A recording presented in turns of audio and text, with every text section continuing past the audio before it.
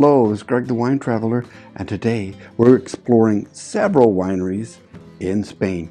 You might see my other videos about wines from Haro, Rioja, and other places, but today I'm covering both Rioja and Ribera del Duero.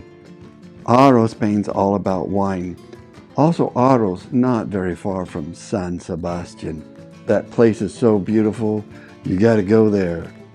When you're coming in from the north and you get off at Avenida Vizcaya, you're going to see there's about 6 wineries. There's Viña Tondoñas. I did a video on them. Gomez Cruzados. There's Muga and others. And one of them is called La Rioja Alta. The first wine we're going to try is the Viña Arana 2011. It's a Reserva. You can tell by the brown label on the back. Wow, you can really see that it has aged. There's some brick color there. The aroma has got that earthiness to it, but it's not very fruity at all. Definitely something like leather or chocolate I'm getting out of there. Yep, this is a 2011. It seems to me it's lost most of its fruitiness, and I just get that earthy flavor, a little bit woody. The next wine is the Viña Arana 2014 Grand Reserva.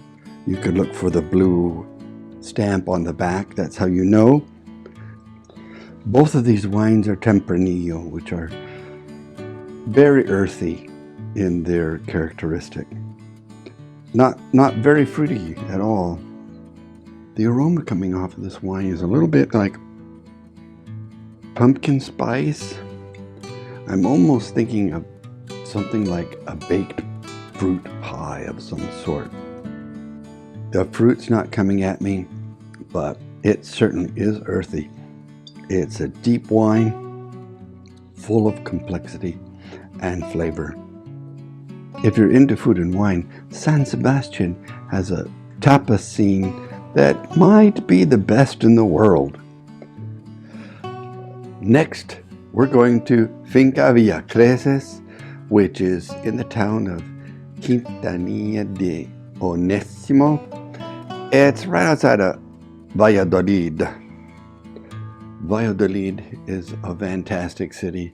It's an academic city, and they have some really cool restaurants.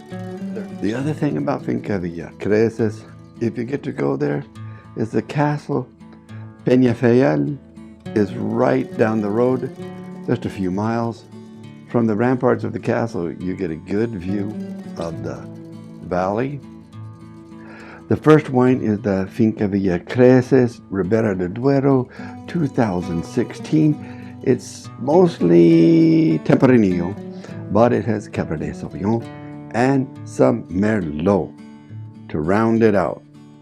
Let's give it a try.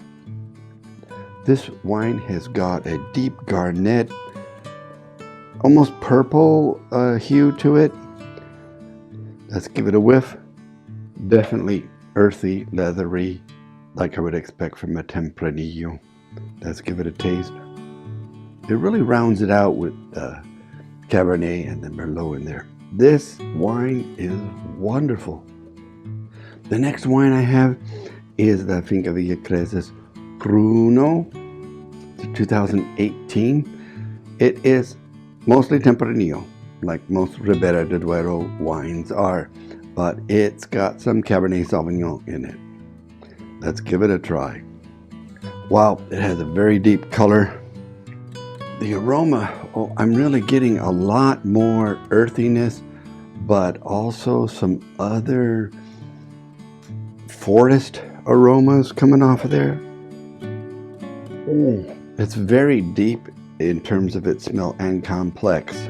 The flavor is not fruit forward. It is obviously a European wine, well-rounded. Got some tannins in there, and there's some acidity in there, but really the fruit plays a background role, but it's definitely in here. And I don't think you could get that with just the Tempranillo alone. Well, not so much as you can with this wine. And in 2018, it is tasting wonderfully right now. So if you can find some, I would buy it. Excelente. The next winery is Portia. It's a big winery. It's beautiful, and it's right off the main freeway, the A1 from Burgos to Madrid. Also about an hour from Peñafiel. Both the wines we're tasting are 2016. This is the Ribera del Duero Crianza. In Ribera del Duero, they got a rating system like they do in Rioja. It's similar. The Crianza doesn't have as much time in the barrel. But this one's a 2016, so it's got about 6 years altogether. It has that Tempranillo, rich, perfumey, earthy, dried fruit, tobacco. There's fruit in there, but it's not fruit forward at all. The flavor is fantastic. There's some acidity in there, but not so much. And it's balanced with the tannins. It's a balanced wine. I think it's excellent. The next wine from Portia that we're going to try is the Prima Tempranillo 2016 Ribera del Duero. This is a cosecha. It had a little bit more time in the barrel. So let's give it a try.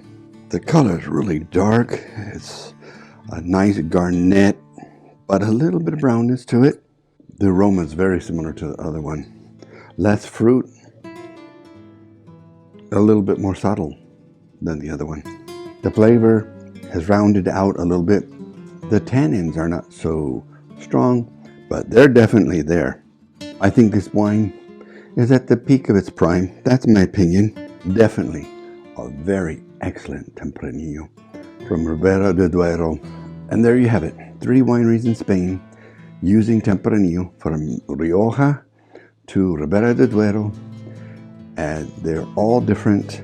And in my opinion, Tempranillo is underrated in the United States, and so are Spanish wines. They're really good. And as I always say, la vita è bella. To your health. Salud.